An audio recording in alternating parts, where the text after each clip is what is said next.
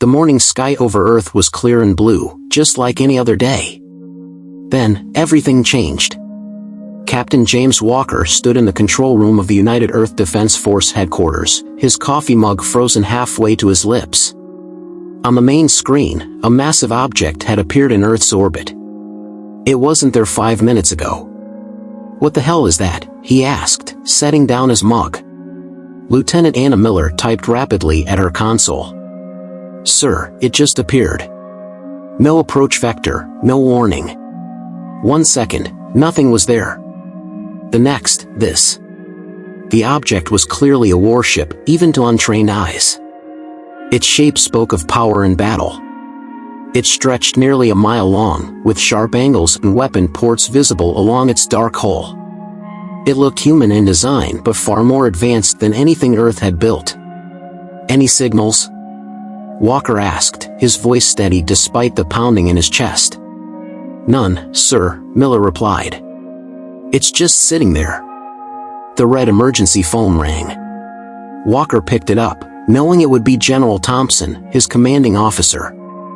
"Walker, are you seeing this?" Thompson's voice was tight with tension. "Yes, sir. We have no idea what it is or where it came from. The Security Council is meeting in 30 minutes.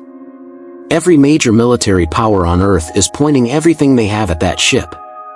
I need you to figure out what it is before someone panics and starts World War III." Walker took a deep breath. "Understood, sir." Within minutes, Earth's response was in full swing. Fighter jets scrambled worldwide, missile systems activated, and space telescopes redirected.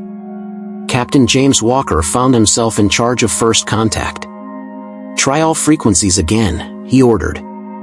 "If that thing wants to talk, we need to listen." For 2 hours, they sent messages and received nothing. The strange ship just hung in orbit, silent and still.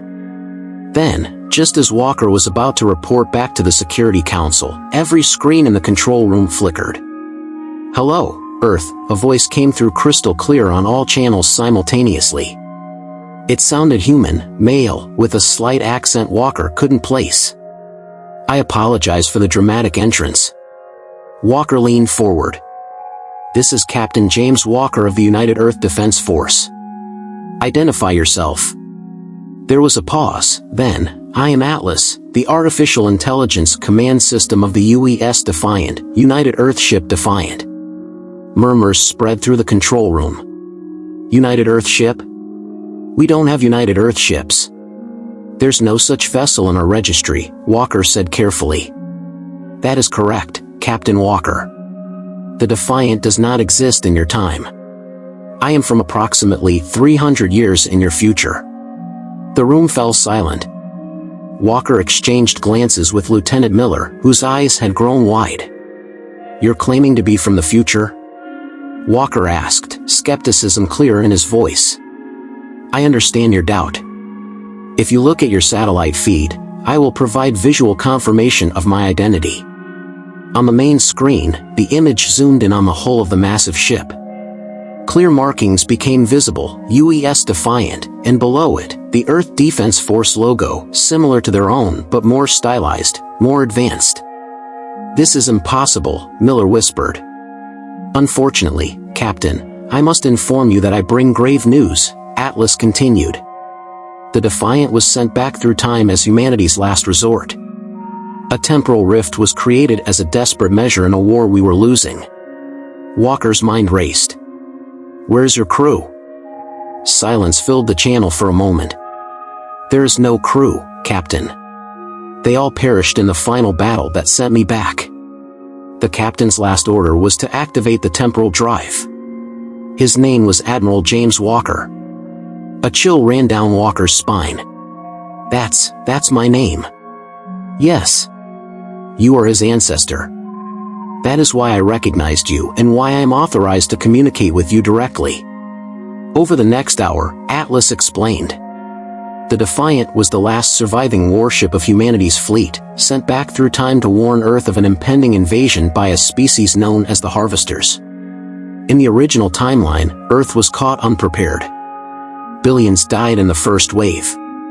"This is a lot to process," Walker said, running a hand through his short brown hair. "I have data packets ready to transmit that will help verify my claims," Atlas replied.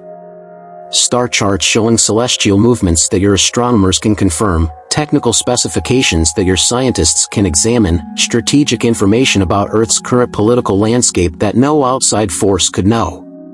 General Thompson arrived at the control center as data began flooding in. Scientists were called, experts assembled, and the world's leaders connected via secure video. "I need to see the ship," Walker said finally. "If what you're saying is true, we need to understand what we're dealing with." 6 hours later, after heated debate among world powers, permission was granted. Captain Walker and a small team would board the Defiant to verify Atlas's claims. The shuttle ride-up was tense. Walker sat with Miller and 3 others, Dr. Tom Harris, a physicist, Major Robert Green, a weapons specialist, and Dr. Lisa Jones, an AI expert. They approached the massive ship with a mixture of fear and awe. "Look at the size of it," Green whispered as they drew closer. The Defiant dwarfed their shuttle, its hull scarred with what looked like battle damage.